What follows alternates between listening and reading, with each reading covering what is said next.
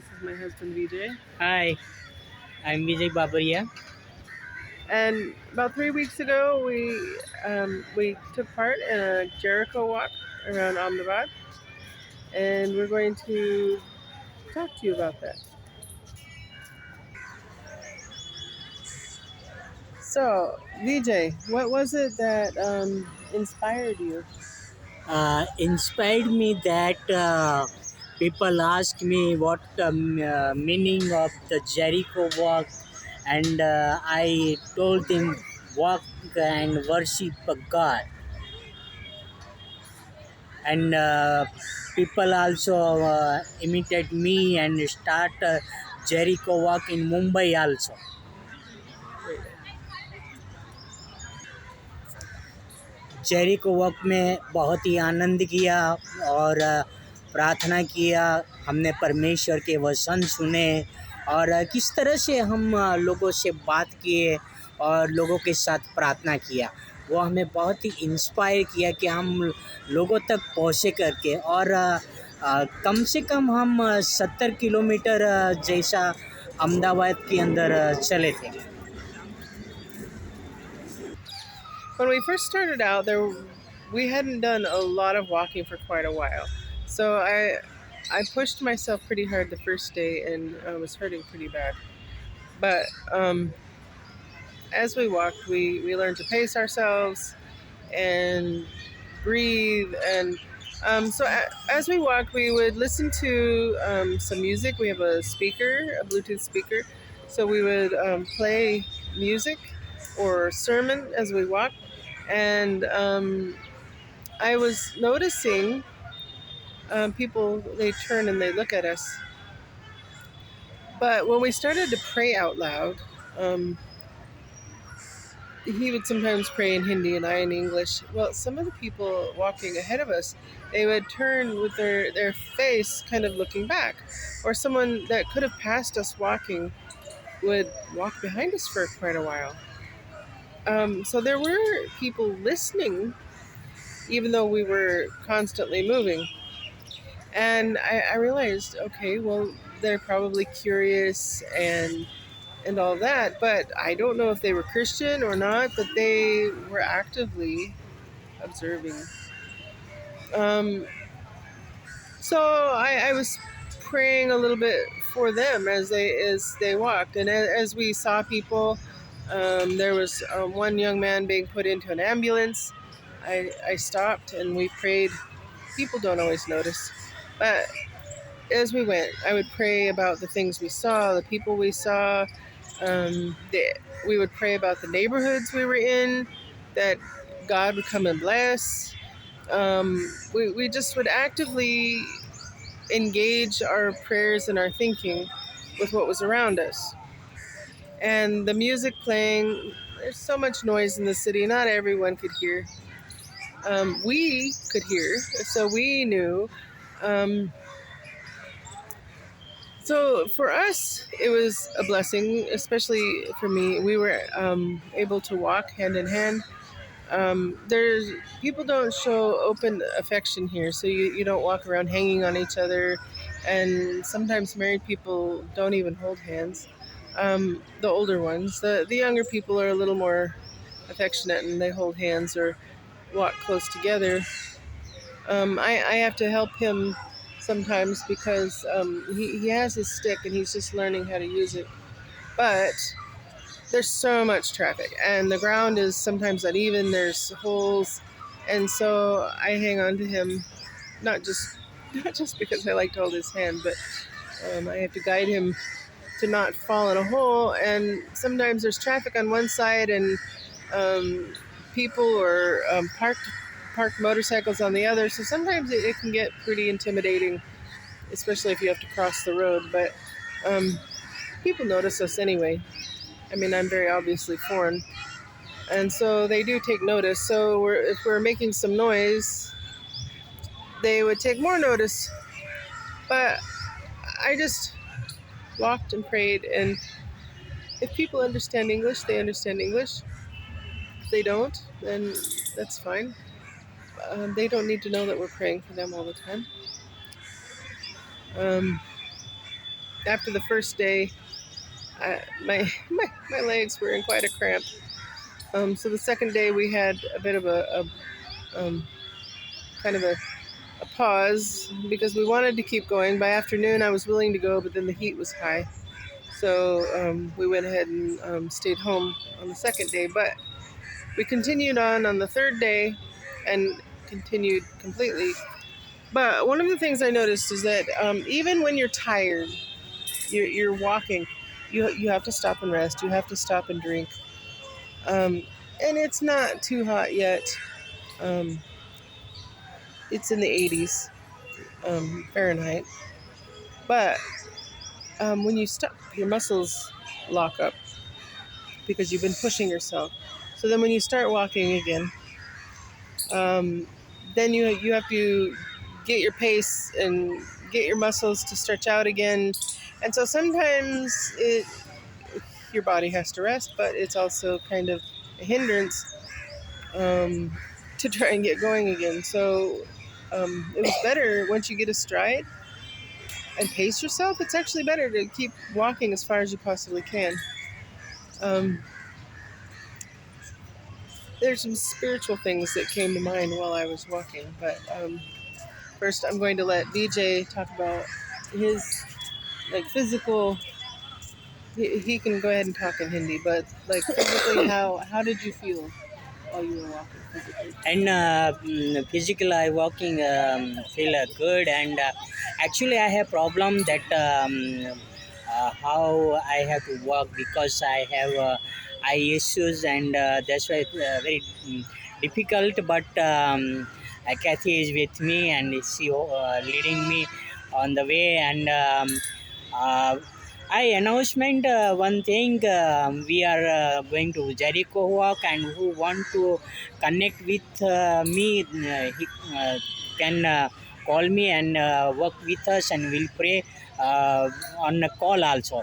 One brother from Mumbai, his name Mahesh Gujeti, he called me continually, and he also connect with us, and we pray by call also Jericho walk time, and we enjoy that, and he sponsored some money also, and he said, hey brother, this money for you, you can eat breakfast on the way, and he is very happy for that also, because he want to enjoy with God, and he want to be walk with God.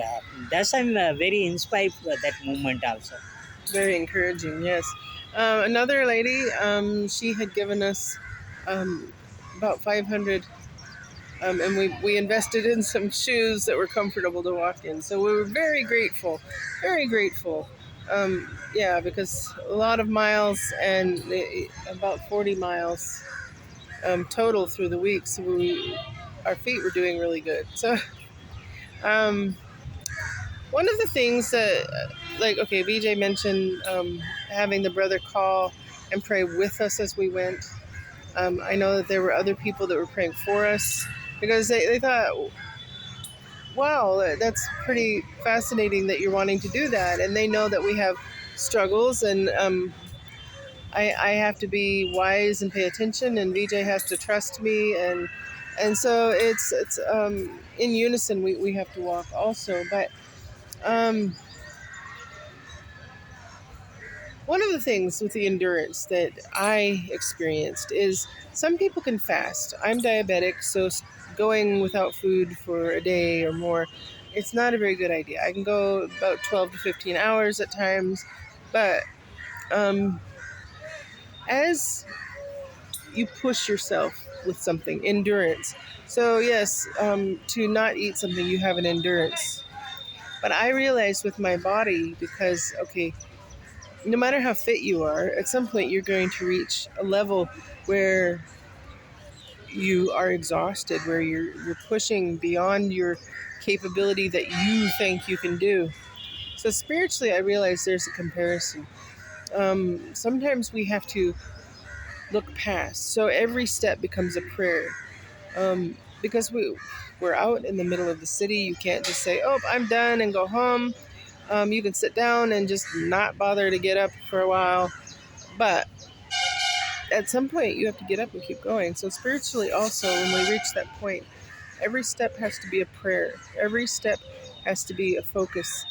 And without God, we recognize that we can't push past what we think our endurance is. And He says He will never leave us nor forsake us. So at the moments when your legs feel heavy, so you can say when your soul is feeling heavy, when your mind is feeling heavy, when things are around you that are just difficult, and you have to push past, because that's what life is. Life is pushing past the things that are hard or confusing or any of that. So the endurance, learning to breathe in, out, and sometimes you just keep going, Lord, one more step, Lord, one more step. And when your stride kicks in, that was the thing I realized, that once you get the locomotion of your body going, it's the same in your prayer life. When you get the movement going, then you have that strength, because God is there. He's there in the ability, because you yourself, in yourself, can't always do everything. So focusing past, moving past, that's pretty profound when you think even spiritually. Your body can teach you a lesson. And in this fast of motion, this refusal to stop, um, yeah, it was like a fast of some people take for not eating. For me, and the prayer and the meditation as we went, sometimes it brings on emotions when you bring yourself deeper into the prayer. It's like for our children, for our families, for our churches, for our brothers and sisters in Christ. There's people that are struggling some things. And when we start praying for people, it brings on a lot of emotion. And publicly, maybe, you can't sit down and cry like a baby. However, nobody's noticing. Just keep on breathing and praying. And nobody's going to harass or bother. Some people might be wondering, but they didn't stop to trouble us in any way. So God was with us the whole entire time.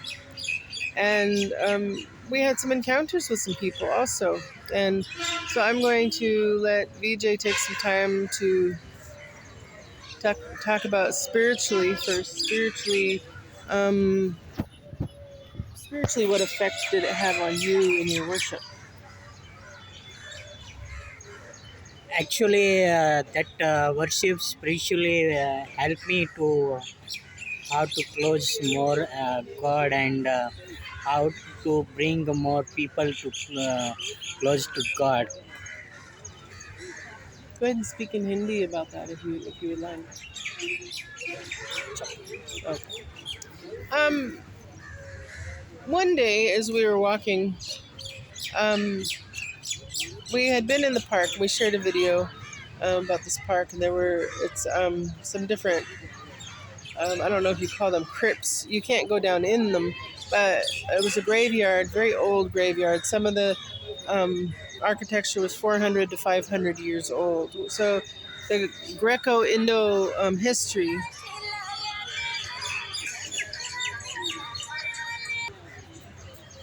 And we stopped there and we were watching. There was a couple, very, very beautiful couple that were taking wedding photos. And it's very touching. They obviously had some wonderful architecture. I don't know who the people were that were buried there. There was no plaque or anything saying anything about. But it was a free portion of the park you can walk through. You have to pay to get into the main park where there's a lake and like a fairground, and there's a zoo and all of that. But we didn't need to go in there because we weren't there for playing.